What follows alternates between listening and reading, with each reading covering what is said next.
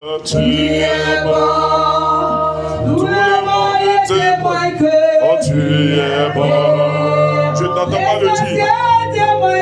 Oh, tu es bon, Jéhovah, tu es bon, tout le monde était vainqueur. Tu es bon, t'es vainqueur, tu es bon.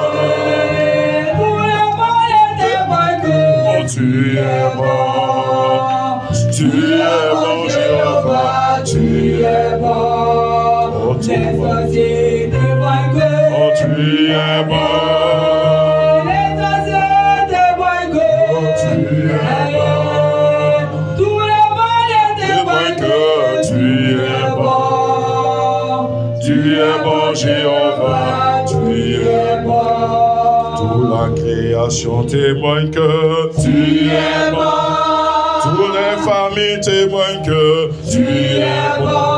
Tous les chrétiens témoignent que tu es bon. Tu es bon, Jéhovah, tu es bon. Cette église témoigne que tu es bon. Cette église témoigne que tu es bon. Tous les jours témoignent que tu es bon. Tu es bon, Jéhovah, tu es bon. Est-ce que tu peux acclamer le Seigneur Jésus-Christ? Alléluia. Je dis un alléluia. Amen. Ton amen est faible ce matin, je dis un alléluia. Amen. Gloire à Jésus. Amen. Aujourd'hui est dimanche, ton amen ne peut pas déranger ton voisin, c'est que ce n'est pas la peine. Amen. Alléluia. Amen. Quelqu'un qui dit amen, je vois sa bénédiction venir précipitamment. Quelqu'un qui me donne un amen, je vois la gloire de Dieu venir dans sa vie. Quelqu'un qui dit un amen, je vois la main du Seigneur tendue dans sa vie. Quelqu'un qui dit amen, je vois la maladie fuir de son corps. Quelqu'un qui dit amen, je vois sa destinée changer. Alléluia. Que le nom du Seigneur soit béni. Amen. Tu peux t'asseoir dans la présence du Seigneur. Amen. Amen. Gloire à Dieu, ces derniers temps a été très mouvementé. Amen. Et j'ai voulu juste assister, n'est-ce pas, au culte aujourd'hui, participer avec vous. Et Dieu merci, le Seigneur a permis qu'une servante de Dieu nous faire don de son témoignage à travers une parole poignante. Amen. Amen. Acclamez le Seigneur pour elle. Amen. Bien-aimée, elle a parlé sans tituber, elle a parlé sans faire des calculs. Amen. Elle a dit ce qu'elle sentait dans son cœur et c'était le message poignant de Dieu. Vous savez, quand quelqu'un dit tout ce qui est dans son cœur, amen, cela vient directement de Dieu. C'est inspiré. Il y a ce qu'on calcule et il y a ce qu'on fait avec le cœur. Amen. Qui connaît le passage qui a dit tu aimeras l'Éternel ton Dieu de tout ton? J'entends pas. Il y a des chrétiens ici où bien je dois prêcher à des personnes qui n'ont jamais entendu parler de Jésus. Tu aimeras l'Éternel ton Dieu de tout ton cœur et de tout ton âme et de tout ta force. Amen. Amen. Tu aimeras l'Éternel ton Dieu de tout ton cœur, de toute ta force et de toute ta pensée. C'est tout ton être. Amen. Gloire à Dieu. Est-ce que tu penses que ce matin tu es ici étant complet? Dis à quelqu'un, est-ce que tu es ici étant complet? Je vous donne une révélation. La plupart des personnes qui sont sorties de la présence de Dieu bredouilles sont ceux qui n'étaient pas complets dans la présence du Seigneur. Amen. Amen. Écoute, tu as un gros problème.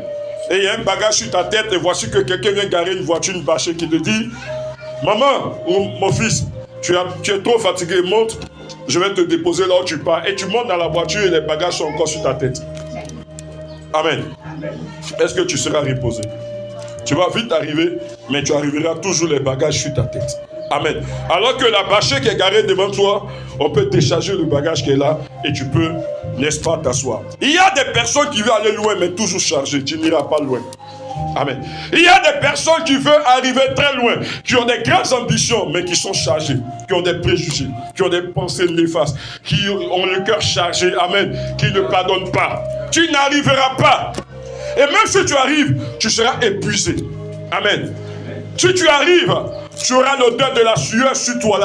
C'est que tu arrives, mais tu ressens toujours la souffrance sur toi. Vous n'avez jamais vu des personnes occuper des postes, mais qui ont toujours des problèmes?